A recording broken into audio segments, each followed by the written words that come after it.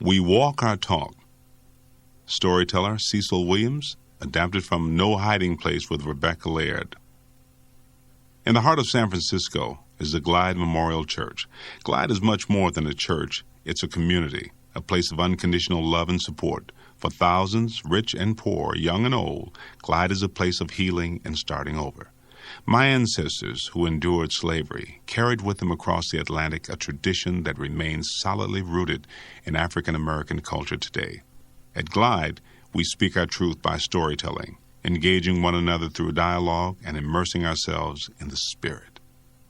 We estimate that 80% of the people who come to us are in recovery. One of the first things we learned about fighting the war on addiction was that traditional drug treatment programs didn't work for most African Americans. 12-step programs focused on individual recovery, as if independently getting clean and sober were the ultimate goal. But African Americans are a communal people.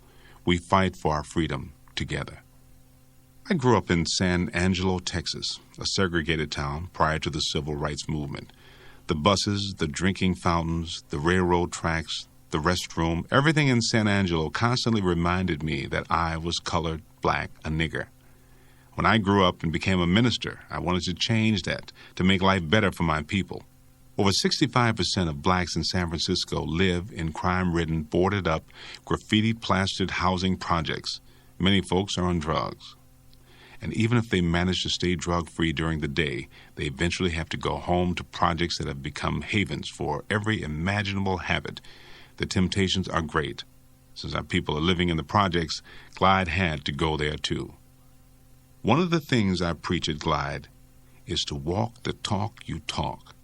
So we walked our talk and decided to march on the most troubled housing project in San Francisco, Valencia Gardens. We decided to march and call out the good news of recovery to our brothers and sisters.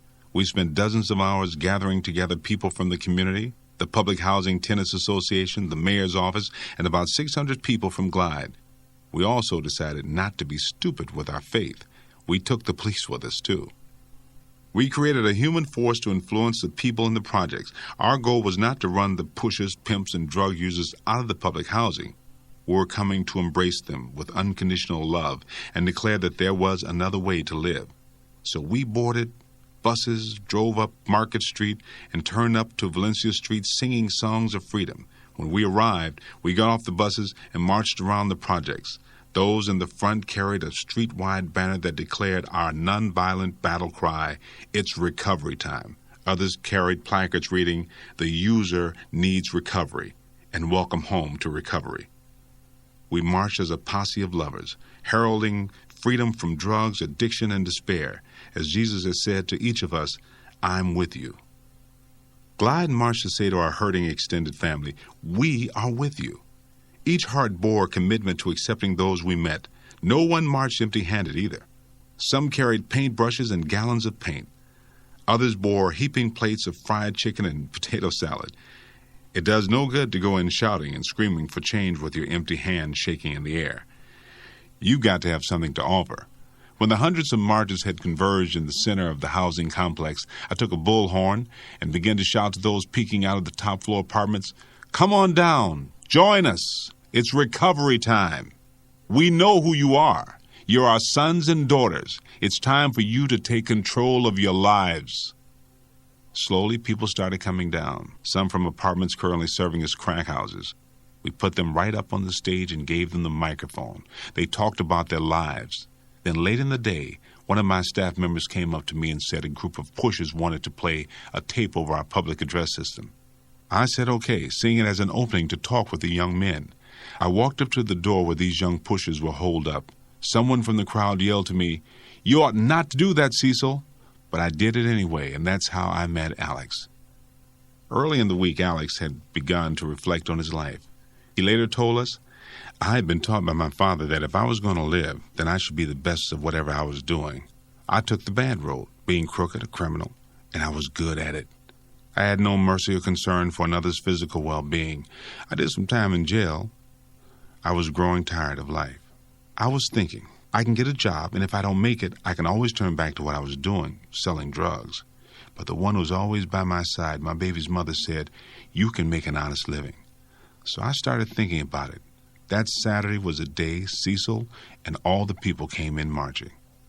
I listened to Cecil. What he was talking about was what I wanted to be about.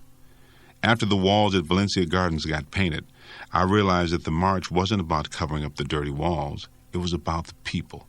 There was a total change in the people who lived in the projects. People in the projects who never talked to each other were now talking. There was so much bad in VG. I wanted to help make some good. Soon after, Alex started coming to Glide.